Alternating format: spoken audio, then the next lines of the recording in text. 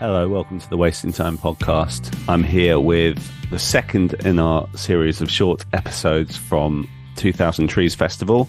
Today we have the band Dead Pony, and we were joined by Anna and Liam from the band. I'm going to keep this intro very short so we can get straight into it. Quickly say that look out for later this week where Nick and I will be releasing our 100th episode. And that will feature an interview that both Nick and I did at the end of June. Okay, see you soon. Thanks. Bye. Hello, Dead Pony. Thanks for being with us. Can you introduce yourselves, please? My name's Anna, and I'm the singer in Dead Pony. I'm Liam, and I play bass in Dead Pony. Nice to meet you guys. I'm Chris. This is Rick. Nice to meet you. Nice to meet you guys as well. Let's get it out of the way. What's your favourite Run Rig song? Run Rig song? I only know that one. I don't know any. I'm so sorry. So that came to me because you were talking about Locks before, and Run Rig is my guilty pleasure. I don't know that. Most underrated band in the Run world. Rig are the ones. Do you know Run Rig? No.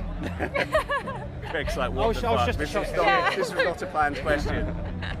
So next time you go to the next interview, they're going to say, what are some of the weird questions we've got in that now, I feel. Yeah, you definitely have got the cake for that one. There we go. Pleased with that. Okay, so you guys are playing a little later, around 7, just before 7 o'clock. Yeah. New stage. How are you feeling about that? Looking forward to it? Excited. This is our first time at 2000 Trees, so... Yeah, it seems like a really cool festival. Yeah. And it's our first proper, just rock festival. Yeah, okay. Most of the festivals we've played have been pretty mixed and pretty mainstream. So it's nice to be at a festival where we don't feel like the heaviest band on the bill. So that's a bonus. Okay. What's that like? Is that how do you kind of read the room, or do you just do your thing and? We just do our thing, and sometimes we do feel a bit out of place, but I think people really like that because it makes us stand out, and most people, I think because our music is heavy but it's also very poppy as well, even if people aren't into heavy music, they still quite enjoy us, so yeah. Yeah, I would agree. That's cool. And so you mentioned playing festivals but not rock heavy ones. Yeah. I think I saw you guys were at Bearded in Kendall Calling. Yeah, we're doing Kendall, Yeah. Yeah, how are those? Great. Kendall Calling's next weekend. Oh, that's coming up. Yeah, I'm sorry. So we did Bearded Theory 2 weekends ago. We've got Transmit in Glasgow tomorrow, and then we've got Kendall Calling, Why Not, Truck Festival, Mellodrum, a bunch of other festivals across the UK. Yeah. So you've got a bit of a journey to get back to we got offered the slot last minute, but we're opening the main stage tomorrow afternoon. So we need to be back in Glasgow for 9 a.m. So we drive straight from our set. We won't get to stay to see Eagles of Death Metal, which is you gutted about that? So sad. We've seen Jesse walking about all we've clocked him. You see him, you know who it is. He's the coolest looking guy ever. But yeah, we have to drive to the borders, stay overnight, and then drive from the borders up to Glasgow. So Long journey, but it'll be worth it because it's so worth it. It's our hometown, so and Pulp are headlining, so we'll get to see Pulp. Hopefully pretty we cool. for you. Yeah, it's worth heading back for. Yeah, right? absolutely. Yeah. Nice. And you guys, have you just come off some shows with Chvrches? Yeah. How was that? Oh, it was so good. We played Nottingham, was it Rock City and in Barras. And then 2 nights in the Barras, which and it was amazing. Great venue. Yeah. I mean, it's probably our favourite venue It is. to go to as a punter and also just play. Yeah, and all the shows were sold out and rammed, so it was Chvrches great. put on a great show as well. First time I'd seen them. Yeah, They me were too. Great. Yeah. That's class. So take me back a little bit. How long have you guys been? How long has Dead Pony existed? The band we formed just before lockdown, and then we signed a deal with a record label called Lab Records. So we put out some singles. Luckily, we signed the deal literally the day before lockdown. Yeah, so we put out singles with them throughout lockdown, and then we played our first gig as Dead Pony, and it was something like August 2021 or something. Yeah, I think we were Glasgow quite show. fortunate compared to some bands during COVID because we had already recorded 2 or 3 singles before lockdown, so we were still able to release and build hype, and I think it kind of worked in our favour because everything was so online focused and everyone was so just on the internet all the time because there wasn't much else to do. I think it kind of was a good for us, to be honest. Yeah. Did you kind of seek out Lab Records? Like, were you fans of bands on that label, or had someone just from there randomly come across you guys? How did that come about? I'm actually not too sure. I mean, I think that our pals Vakovi were on Lab. Oh, okay, and they're really having a moment, right? Yeah. But I think that Lab might have approached our manager about us, okay. And then we had a meeting with them and whatever, and we decided to sign a couple of singles with them, and we've been with them ever since. Nice. So going back to starting the band, like, what were you guys listening to? Who were the influences, like, that kind of drew in the sound?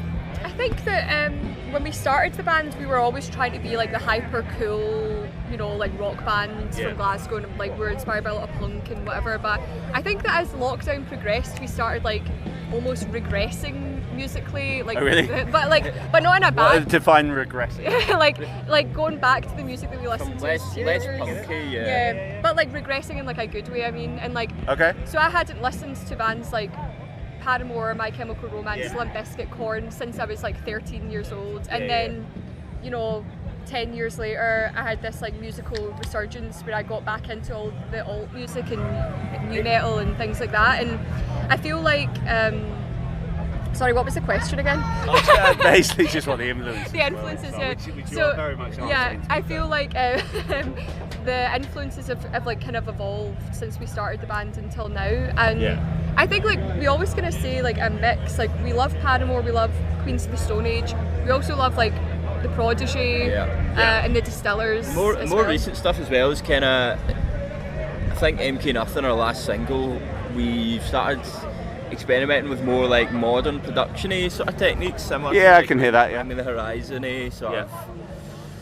More of an electronic element. Yeah, for sure. Try to just like capture that high energy, but also keep the sort of heavy guitars and instrumentation and stuff. I think the thing as well is like when you take inspiration from bands who were like huge 10, 15, 20 years ago, it's so easy just to replicate that sound, and like there's so many bands that we know that do that and they do it great, but I think it's like even better to replicate that sound but also modernise it to like a new audience. Of course. Because if you want to listen to new metal, you're going to go and listen to the new metal bands from the early 2000s, So I think that you do need to open it up to like a modern and a younger generation as well. That's a nice segue. A question I was dying to ask. You guys labelled yourself as like new rock. Yeah. And is that... Being naive, I don't know if that was like a current scene or that was just a clever kind of like play into like the influences and you're kind of like sort of putting that.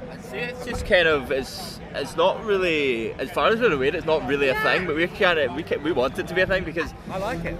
People always ask us like what genre are you, and I would just say rock, like. But it's kind of different from rock. It's just rock like, music, like really, but because we do have those like new metal influences, and also we take a lot of inspiration from music from the early 2000s. I think that new rock just felt like a great way to describe it. But like, I don't know if anyone else uses that. I don't think so. I think did we come up with that because my stage shoes are by a brand called New Rock? No, I think that's just coincidence. Is that just coincidence, right? Okay. Either is a good excuse. Nice guys, we massively appreciate this. I guess we're coming to the end of our slot. We had a couple of just generic questions at the end. If you could have anyone playing today who's not playing, like modern band, who would you add to it? Oh, that's great. I mean, one of my favourite bands at the moment are playing. Are they on just now still? Kid Capiche? Yeah, they're still playing. I'd probably say Bring Me the Horizon. Yeah, Bring Me the Horizon would be great. They're phenomenal.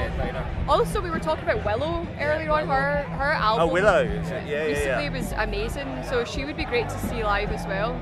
Yeah, no, that's fair. Final question. I'm going to fire 3 previous guests we've had on the show before, and you're only allowed to keep the music of one of those guests. Oh, okay. Give me a sec. I'm going to think of this as I go. So I'll give you guys Sum 41, Menzingers, Frank Turner. Only keep the music of one of those. Sum 41. Do you know, every time I ask that question and I include Sum 41, which to be honest I do a lot because it's like, hey, we've had them on our podcast. You're everyone, exactly. no one's never picked them. Yeah, they're one of our favourite bands. They're so good. Yeah. Old school. Old Can't beat school. that. On that note, thanks so much, guys. Thank you, It's been great to thanks meet you. For you to arrive.